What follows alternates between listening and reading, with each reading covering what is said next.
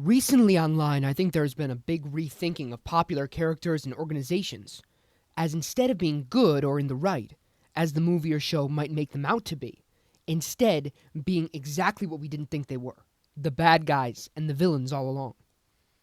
The Jedi, Daniel LaRusso, both come to my mind as good examples of this pattern, where all of this time we're watching these people and thinking that they're the good guys and cheering for them, rooting for them, and then we start to think about them as we get older and a little bit of a more mature light, and we think, why are they like this? Why did they make that mistake and do that and treat that person that way?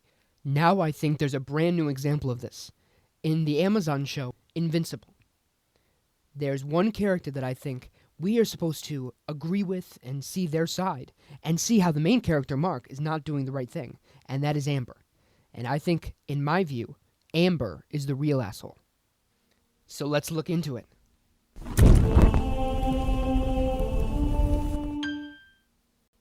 Alright, before I begin discussing the show, I do want to point out that this is going to be spoiler heavy. We're going to talk about their entire relationship, and we're going to break down why I think that she's the one in the wrong the entire time. For those of you who aren't super familiar with the show, I'm just going to give basically a sentence or two outline of what the show is about, the premise, and then we're going to go right into it, because I think most people who are watching this already know what the show is. So Invincible is just a new Amazon Prime show about what if a superhero had a son, and that superhero was basically the Superman archetype. He had a son, but the entire time, this son, who's looking up to him and wanting to live in his footsteps, follow his footsteps, he's the bad guy the entire time. So it's a very interesting premise, but that's not what we're going to talk about today. What we're going to talk about is Mark's relationship with Amber. One thing didn't quite sit right with me at the end, and that thing, I couldn't quite put my finger on at first, and then it hit me. I felt like the entire show, Mark was being told that he was the asshole by people around him, even his best friend, telling him that he was the one wrong, he was the one in the wrong. Yet, when I thought about his relationship, it was hard not to conclude that the one being truly the bad partner in his relationship was Amber. So let's look at a timeline of their relationship. So they first really interact right after he purposefully takes a beating by the bully. And then she remarks, and looking back, this seems somewhat weird to me. She remarked that other people had stood up for her in the past, but the reason why, and she said this later on, but the reason why she was interested in Mark was because he was willing to take a beating. Now, this could just be that she likes more peaceful, passive guys, and doesn't necessarily want the ones who are going to be just as aggressive as the bully, just to the bully. That's fair, that's possible. But there did seem to be this underlying interest in him getting beaten up himself, which, in retrospect, and we'll see as this pattern goes on, that it seems a little odd. Then, the next thing that they do together is they have a study group together. Now, at first this works out just fine, and then he stands her up to go on his superhero mission. Now, I think this one, for her to be upset, is by far the most legitimate. Very understandable that he would leave just in the middle for her to be upset at that. I don't give her any fault for that. But then the next one is what I think is interesting. They go into the carnival, they enjoy themselves, they have a fun time, and then he finds out, now she doesn't know this, but he finds out that he's being called to go to Mars. So as a way for him to make it up to her, he buys her an $800 basket. Meanwhile, let's put this in a bit of perspective. At least as far as I'm aware, they have really only had a handful of dates at most. Now, it's possible that they haven't shown it and that it was just off screen. That's very possible. But it seems as if they're trying to show us a continuous version of their relationship. So I think they put most of it on screen. So they have really only seen each other a handful of times.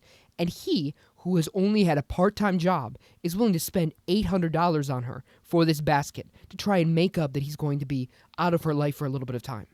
That, to me, is a large sacrifice that she seems to be thankful for, but very much takes for granted as time goes on. Then he misses seeing her mother, which, very understandably, she's upset with. However, this to me is part of the time, or at least what I believe to be the time that makes the most sense, when she put together the pieces in her mind that he was indeed a superhero. So if he was a superhero and he comes back with this ambiguous rock, right after she sees that there's a rocket going off. Is it not fair for us to think that she knew that he was going into space and he brought back a rock from Mars? Is that not unfair? Now, perhaps that's too far, but even so, I still think it's clear that she indeed did put it together at this time that he was a superhero. So why doesn't she have any understanding for that if that was the case? And like I said before, he was even willing to sacrifice and get that basket for her. And on top of that, she has not known him for that long. So for her to be so disappointed that a kid that she hasn't known for very long is not being very reliable seems to me to have high expectations on this relationship, quite unfairly. But our case against Amber only gets better with the next encounter that they had, which was about the soup kitchen. So she tells Mark that he needs to come to the soup kitchen as their final hurrah. If he doesn't come, it'll break her heart. This will be a serious problem. So he plans to come, but then he gets beaten up very terribly, and that's something that the audience knows, but she doesn't know. However, what she does find out after Adam Eve tells her is that he was hit by a bus in a car accident. So whether she believes this or not, that is still the story that she's told, and she still admits when she sees him next that he looks terrible, like he's really gotten hurt. And even after being literally hit by a bus in a car accident, the best that she can give him out of this relationship, the most forgiveness, is simply to start over. That is the most. He gets hit by a bus, and the most she gives him is to start over. And it only gets worse from here. But before I get off of this point, I do want to acknowledge one little thing that I find somewhat strange yet interesting at the same time. And that is, once again, we see that her mercy and her kindness goes along with him being beaten or hurt badly. In the first case, she was interested in him because he was beaten up, and now when he's hit by a bus and hurt that way, that's the only way she's able to continue with him. Just something to keep in mind as we go forward. On to the next point. So our next point all centers around them going on to this new university campus. So they go onto this campus and they are ambushed by a new supervillain. So at first, just taking their relationship in mind, you can understand why she would be upset that Mark would disappear right when everything was going up in flames and smoke. Even though when you think about it, what was he going to do besides get himself killed? He did the right thing, obviously, when you think about it, if he was just normal, to try and find the police or someone to help, because they are really the only ones who could help in a scenario that's dealing with a superpowered individual. But despite that, you can understand why she might be upset if he simply left her while they were getting into trouble. However, at the end of the episode, he comes out to her and shows her who he truly is, and shows her that he is a superhero this whole time. And not even that, but that he saved her that day, and saved everyone else too. And even despite that, despite him saving her, she demands that he would have been totally honest with her. Yet, have we asked ourselves how long they've even had a relationship? How long they've really even known each other? And what would he be giving up by telling her so quickly? Because it seems to me that even if we took the longest route, if we took the longest view of their relationship and this show so far, it might be 6 months. And to me, that's even stretching it. Because we don't see him graduate, so I doubt that's how long it is. Now, maybe in the comments you can set the record straight and tell me how I'm wrong, and that it was, in fact, maybe 9 months or even a year. Feel free and correct me that way. But to me, it seems far more likely that it was more like 3 months or so. Now, if that is the case, and it's really only been that long, even under 6 months, for him to jeopardize his family, his mother, everyone he knows, to show some girl that he hardly really knows and has had a relationship with, who he truly is, how is that fair? And then not only does he save her and she get upset with him and still dump him, but she expects him to jeopardize the people that he cares about for a relationship he has hardly had. He's not had this relationship very long. So he has all these pressures on him, all this difficulty, and yet she still expects so much out of this relationship in a very unfair way. And on top of that, it seems that the show itself is trying to proselytize on behalf of Amber, trying to say that he was the bad guy the entire time, that he should have cared more for what Amber was thinking and how she was feeling. And yet, we've seen it all from Mark's perspective.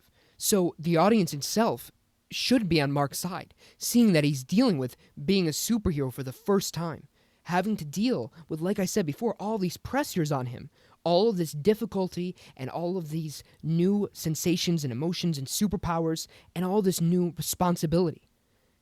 And on top of that, he has to live and breathe and try and live up to the shadow that his father has cast. So his father, who is the best superhero of all time, who can do almost anything, who is the Superman, he has to live up to that. And she expects so much from him. He goes to every friend that he talks to, and it seems like they all blame him. Which to me seems totally the opposite of what it should be. If anyone should be given sympathy and some understanding, it's Mark and what he's been going through. He's been beaten up countless times. To Amber's understanding, he's been hit by a truck and constantly having to deal with all these new things on his plate. And yet, Amber, who is living a totally normal suburban life, feels like she has the right and entitlement to then go on and tell him that he ought to be totally honest with her, jeopardize his family and his friends and his loved ones and his own life, all because she is that important. And their relationship, which has probably only been 3 months, is that important. To me, that is very unfair. And we cap off this entire relationship with when she comes back at the end. When does she come back at the end? And this is the kicker to me. She comes back at the end once he's beaten up. Once again, showing this odd fetish she seems to have for when he gets beaten up or treated poorly. Then she jumps right back in his life and wants to take him back. What has really changed, though? I mean, perhaps she sees how difficult it would have been to have a father like that. But at the same time, she had very little understanding for him being a superhero before. So now she jumps back in his life. Do we really think this relationship is going to go well, considering how one-sided and narcissistic she has been this entire time? And the only time where she has any real empathy for him and what he's going through is when he's literally beaten to a bloody pulp? So that is my case against Amber. That is why I think, in truth, Amber is the real asshole.